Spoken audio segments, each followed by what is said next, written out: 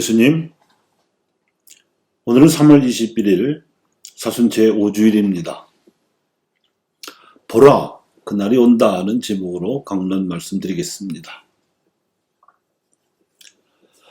오늘 제1독서에서 예언자 예레미야는 바빌론으로 끌려가서 유배 생활을 하고 있는 동족들에게 이렇게 예언하였습니다. 보라, 그날이 온다. 주님의 말씀이다.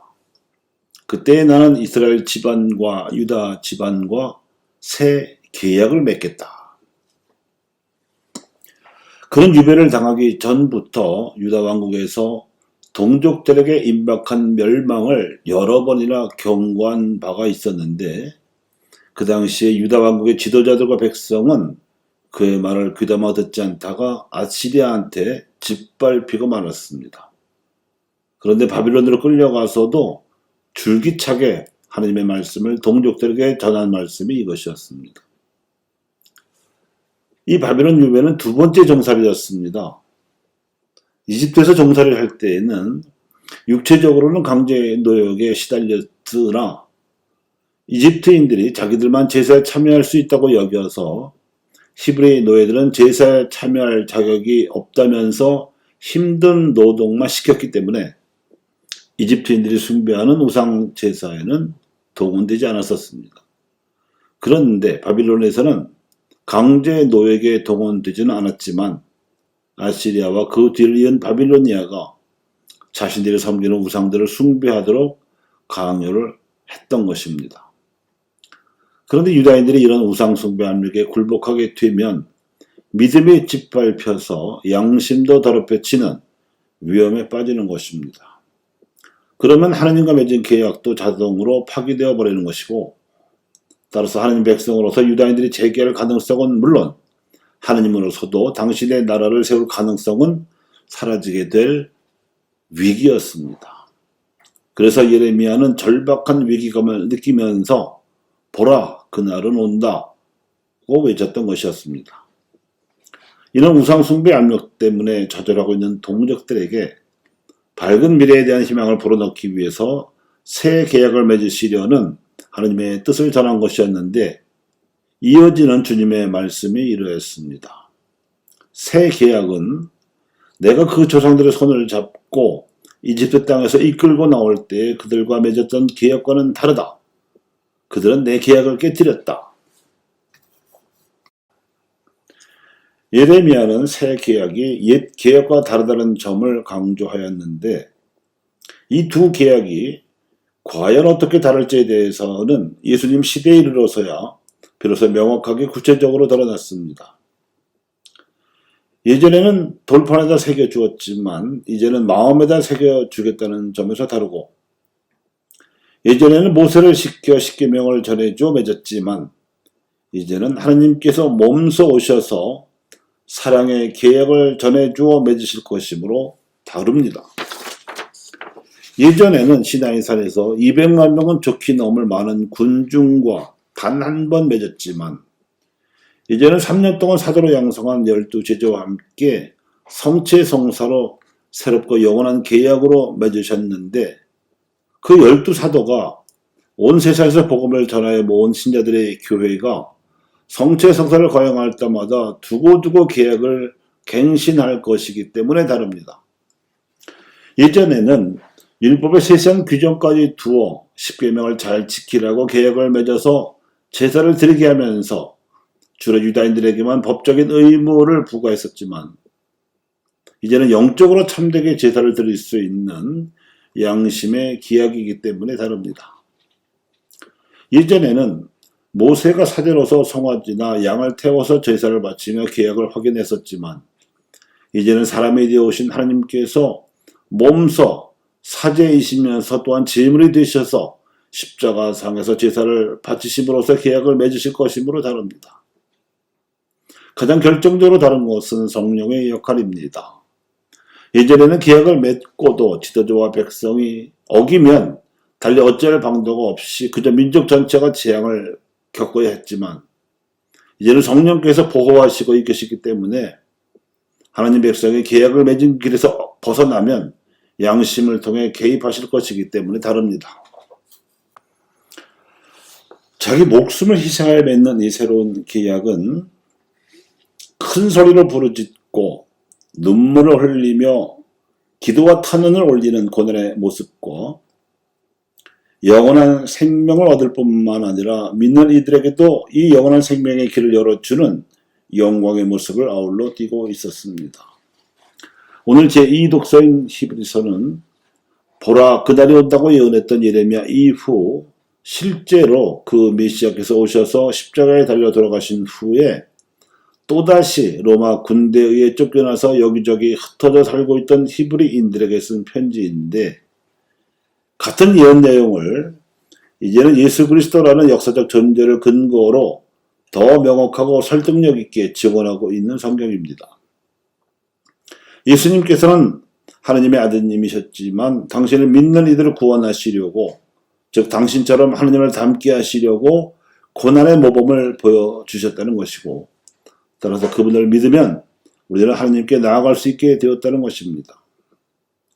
그래서 메시아이신 그분의 고난과 죽음은 역설적이게도 그 자체가 세상의 죄에 대한 심판이었습니다.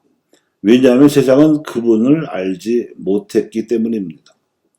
한편 예수님의 십자가상 제사 이후 더 이상의 계시는 없을 만큼 하나님의 계시는 결정적으로 드러났으며, 비로소 인간이 하느님과 올바른 관계를 맺을 수 있는 길이 드러나게 되었습니다.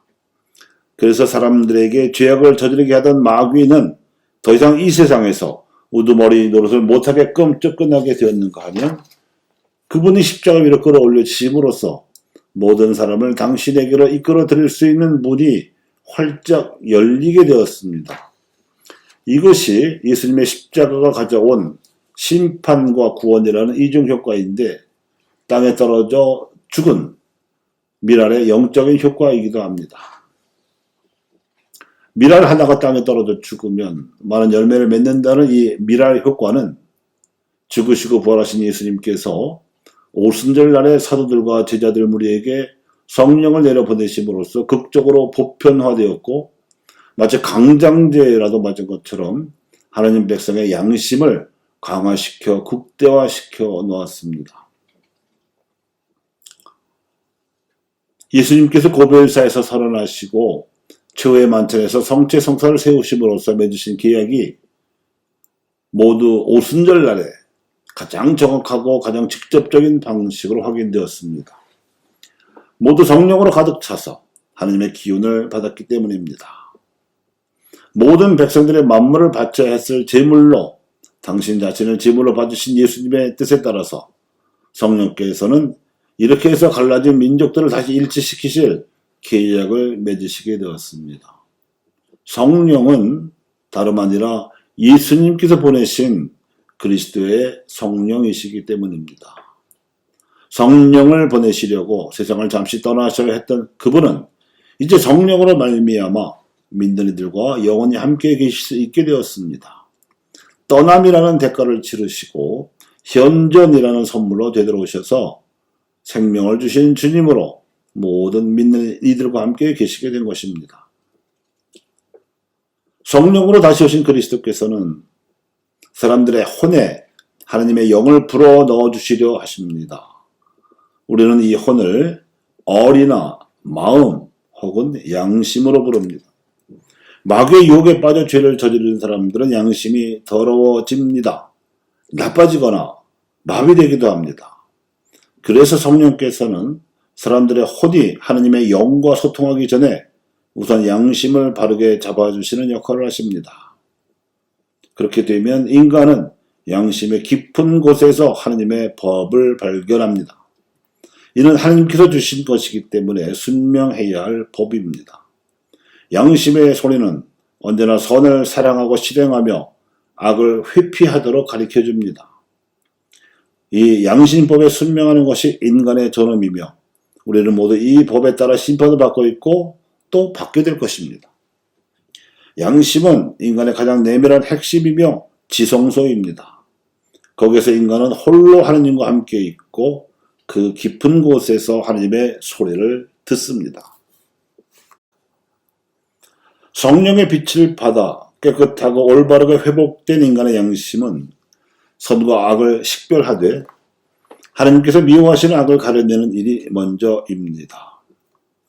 우리 현실에서 다반사로 벌어지고 있는 온갖 종류의 악을 관찰하고 그 악이 어떠한 죄로 말미암아 저질러진 것인지 그 뿌리를 판단합니다. 이 점에서 공유에는 양심이 흔들리고 있는 인류의 현주소를 이렇게 진단한 바 있습니다. 실상 현대 세계를 어지럽히는 불균형은 인간의 마음속에 뿌리 박힌 한층 근본적인 불균형에 직결되어 있다. 과연 인간의 내부에는 여러 가지 요소들이 서로 대립하고 있다. 그러므로 종교의 역할, 교회와 그리스도인들의 임무 중 심판일은 현대 인류가 성령을 받아서 죄악에 물든 바를 치유받고 그 악으로부터 벗어나 바른 양심으로 돌아올 수 있도록 하느님께 기도하는 것입니다. 공유에는 성령께서 양심을 통해 악을 피하게 할 뿐 아니라 선을 행하게 하신다는 점도 균형 있게 지적합니다. 인간은 한편으로 피조물로서의 여러 가지 제한성을 체험하면서도 다른 한편으로는 제 욕망에 있어서 제한을 받지 않을 뿐만 아니라 더욱 고차적인 생명으로 불리웠음을 느낀다. 그리스도께서 모든 사람을 위하여 죽으시고 부활하셨으며 성령을 통하여 사람에게 빛과 힘을 주시어 사람으로 하여금 지극히 높으신 부르심에 응답할 수 있게 하셨음을 교회는 믿는다. 따라서 그리스도의 이름 외에는 인간을 구원할 수 있는 이름은 천하의 아무에게도 주어지지 않았음을 믿는다. 이 신앙 고백의 실질적인 의미는 그리스도를 믿는 이만큼 그분의 가르침이 옳다고 인정하는 것이고 그 옳은 가르침을 따라서 행함으로써 선을 증진시키고자 한다는 뜻입니다. 이 사순시기에 주어진 말씀의 뜻이 이러함에도 불구하고 우리 주변의 현실은 심히 어지럽습니다. 미국과 중국의 패권 갈등이 지속되는 가운데 미얀마의 군부 쿠데타로 말미암아 민주화를 열망하는 시민들이 연일 죽어나가고 있습니다. 또한 1년 이상 계속되고 있는 코로나 사태를 조속히 종식시키기 위해서는 국제연대가 절실한데도 국가 간의 백신 확보 경쟁이 마냥 뜨겁습니다. 국내에서는 죄 지은 자들을 공정하게 벌을 주자는 사법개혁이 적폐 세력들의 저항사슬로 지지부진합니다. 토지 거래와 부동산 개발을 맡고 있는 공직자들이 정보를 빼돌려 부동산 투기를 했다는 보도도 들려오고 있습니다. 국제적으로나 국내적으로 벌어지고 있는 이 모든 일들이 사람들의 양심이 심각하게 죄에 물들어 있음을 보여줍니다. 그래서 근본적인 대책은 하느님께서 개입하셔서 사람들의 양심을 깨끗하게 만들어주시고 더러운 양심으로 세상을 어지럽히는 자들을 내치시는 일입니다. 새롭게 창조하시려는 하나님의 개입에 있어서 성자의 역할은 질의 받침점이시고 성령의 역할은 지렛대이시며 믿는 이들은 무거운 짐을 들려는 사람과도 같습니다. 바른 양심으로 선을 행하려는 믿는 이들은 작은 힘으로도 능히 세상의 죄악을 물리치고 창조의 과업을 감당할 수 있습니다. 청컨대 하느님의 뜻이 하늘에서와 같이 땅에서도 이루어지이다. 아멘.